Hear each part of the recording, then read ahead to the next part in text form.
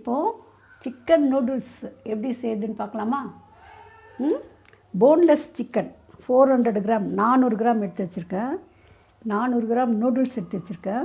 Soya sauce எடுத்து வச்சுருக்கேன். Tomato sauce எடுத்து வச்சுருக்கேன். க்ரீன் சில்லி சாஸ் எடுத்து வச்சுருக்கேன். அதெல்லாம் ஒரு 2 ஸ்பூன் யூஸ் பண்ணலாம். அப்புறம் 1 கப்பு கோஸு கட் பண்ணி வச்சுருக்கேன். கேரட்டு 1 கப்பு எடுத்து வச்சுருக்கேன். குடமிளகா அரை கப்பு எடுத்து வச்சுருக்கேன். குடமிளகா, வெங்காயத்தாள் எடுத்து வச்சுருக்கேன். ஆனியன் 1 கட் பண்ணி வச்சுருக்கேன். புதினா கொத்தமல்லி கொஞ்சம் சேர்க்குறேன் நான், கொஞ்சம் ஃப்ளேவர் கிடைக்கும்னு சொல்லிவிட்டு. அப்புறம் டொமேட்டோ 1 கட் பண்ணி வச்சுருக்கேன். எக்கு 3 நான் சேர்க்குறேன், சேர்த்தா டேஸ்டியாக இருக்கும். அப்புறம் பெப்பர் பவுட்ரு, இஞ்சி பூண்டு பேஸ்ட்டு, ஒரு 5-6 பூண்டு பல் நறுக்கி வச்சுருக்கேன். அப்புறம் சில்லி ஃப்ளேக்ஸ் இது எடுத்து வச்சுருக்கேன். அப்புறம் தேவையான அளவு ஆயில் சேர்த்து நம்ம செய்ய ஸ்டார்ட் பண்ணலாமா? வாங்க. ஸ்டவ் ஆன் பண்ணியாச்சு. நம்ம கொஞ்சம் ஆயில் விட்டு சிக்கன்லாம் போட்டு கொஞ்சம் நல்லா அழகாக ரோஸ்ட்டு பண்ணலாம். ரோஸ்ட்டுனா இதுலேயே முக்கால்வாசி அது வெந்துடணும். சரியா? ஆயில் ஊற்றுறேன்.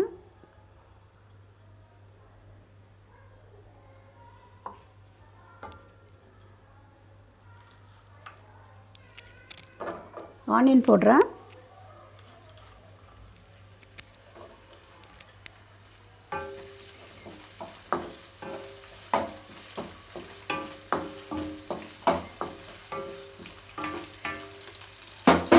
கூடவே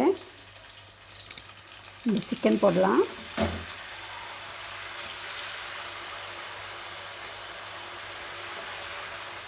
சின்ன சின்ன பீஸாக கட் பண்ணிக்கோங்க போன்லெஸ் சிக்கனை. கூடவே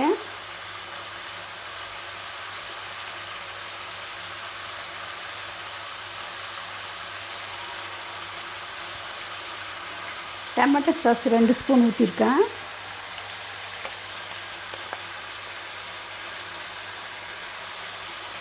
சோயா சாஸ்,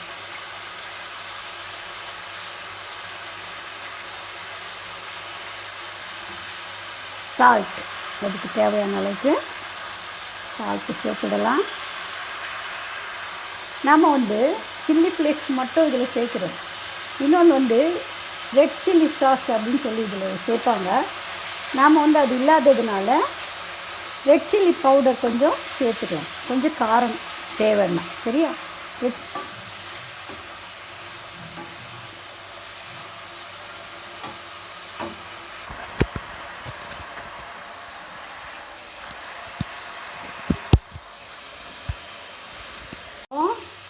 சிக்கன் நல்லா வெந்துடுச்சு பார்த்தீங்களா? நல்லா வெந்துடுச்சு. இப்போ நாம் இதை இறக்கி வச்சுட்டு ஒரு பாத்திரத்தில் தண்ணி ஊற்றிருக்க அகண்ட பாத்திரத்தில் கொஞ்சம் சால்ட்டு போட்டுக்கலாம், ஏன்னா அந்த நூடுல்ஸ்க்கு. அப்புறம் வினிகர் கொஞ்சம் ஆட் பண்ணலாம். வினிகர் கொஞ்சம் ஊற்றலாம். அப்புறம் ஆயில் கொஞ்சம் ஊற்றலாம், ஏன்னா அந்த நூடுல்ஸ் ஒன்று ஒட்டாமல் இருக்கிறதுக்கு தான் இந்த ஆயில் ஊற்றணும். இப்போது நல்லா தண்ணி சுட்டுடுச்சு. இப்போ நம்ம இது 400 கிராம் நூடுல்ஸை அப்படியே டைரெக்டாக நம்ம போடுறோம். சரியா? இது எல்லாம் நல்லா வெந்து மேலே வந்துடும். அதுக்கப்புறம் நம்ம எடுத்துகிட்டு எல்லாத்தையும் இதே மாதிரி சாதம் வடிக்கிற மாதிரி நம்ம வேக வச்சு வடிச்சிட்டோம். பார்த்திங்களா? நல்லா உதிரி உதிரியாக இருக்குது. சரியா? இப்போ நம்ம எப்படி செய்கிறதுன்னு பார்க்கலாமா? சரி, ஆயில் ஊற்றலாம். பாத்திரம் வச்சு கொஞ்சம் பெரிய பாத்திரமாக இருந்தால் தான் கொஞ்சம் நமக்கு ஈஸியாக இருக்கும். அதனால் ஆயில் ஊற்றிருக்கேன். ஆனியன் கொஞ்சம் போடுறேன். அப்புறம் டொமேட்டோ கட் பண்ணி வச்சோம் இல்லைங்களா? டொமேட்டோ,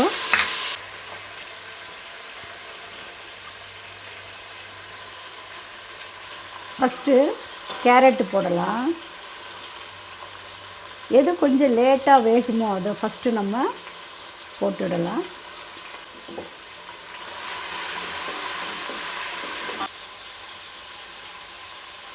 அப்புறம் குடமிளகா,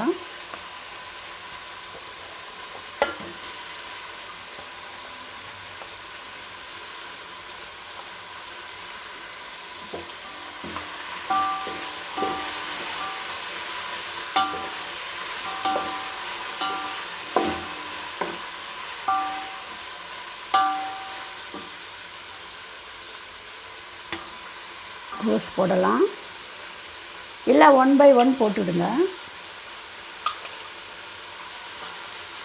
ஏன் இவ்வளோ பெரிய பாத்திரம் வச்சுருக்கேன்னா, அப்போ தான் நமக்கு கிளறதுக்கு ரொம்ப ஈஸியாக இருக்கும். அதனால தான் இவ்வளோ பெரிய பாத்திரம் வச்சுருக்கேன்.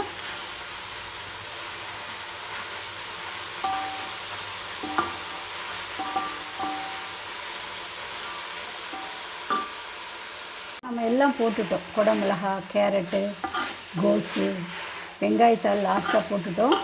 கொஞ்சம் மிளகாத்தூளும் போட்டிருக்கோம். கொஞ்சம் பெப்பர் பவுடரும் போடலாம், ஏன்னா காரம் குறைச்சலாகிடும். கொஞ்சம் பெப்பர் பவுடரும் போட்டிருக்கேன். மொத்தமே 2 டேபிள் ஸ்பூன் பெப்பர் பவுடர் போட்டிருக்கேன். சரியா? சோயா சாஸ் ஊற்றிருக்கோம் நம்ம. அதே மாதிரி டொமேட்டோ சாஸ் ஊற்றலாம்.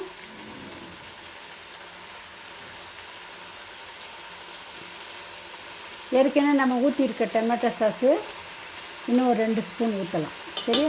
கொஞ்சம் நல்லாயிருக்கும். அதே மாதிரி chilli sauce, green chilli sauce, அது ஒரு 2 ஸ்பூன் ஊற்றலாம். சரியா? எல்லாம் போட்டாச்சு. இப்போது நாம் இந்த சிக்கன் எடுத்து வச்சோம் இல்லைங்களா, ஃப்ரை பண்ணி எடுத்து வச்சோம்ல, அதை போட்டுடலாம். இந்த பாத்திரத்துலேயே நாம் எக்கு ஃப்ரை பண்ணி மிக்ஸ் பண்ணிக்கலாம். இப்போது நூடுல்ஸ் போடுறோம். நூடுல்ஸ் எடுத்து வச்சோம் இல்லைங்களா, நூடுல்ஸ் நல்லா மிக்ஸ் பண்ணிவிடுங்க. லேசாக கொஞ்சம் சில்லி ஃப்ளேக்ஸ் போடலாம்.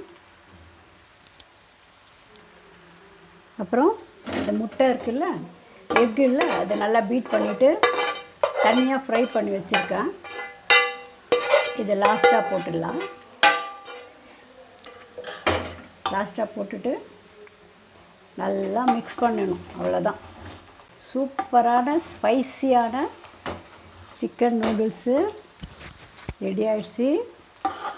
இதே மாதிரி நீங்களும் செய்யுங்க. இது எப்படியும் ஒரு 5-6 பேர் சாப்பிடலாம். சரி, அதனால தான் நான் நிறைய செய்கிறேன் நான். ஏன்னா எங்கள் வீட்டில் நாங்கள் 6 பேர் இருக்கோம். கரெக்டாக இருக்கும் எங்களுக்கு. அதனால் இது செய்தாச்சு. இதே மாதிரி செய்து பாருங்கள். இந்த டேஸ்ட்டே பண்ணுங்கள். நான் பண்ண அதே மெத்தடில் செய்யுங்க. சரியா? இன்னொரு ரெசிப்பியில் சந்திக்கலாம்.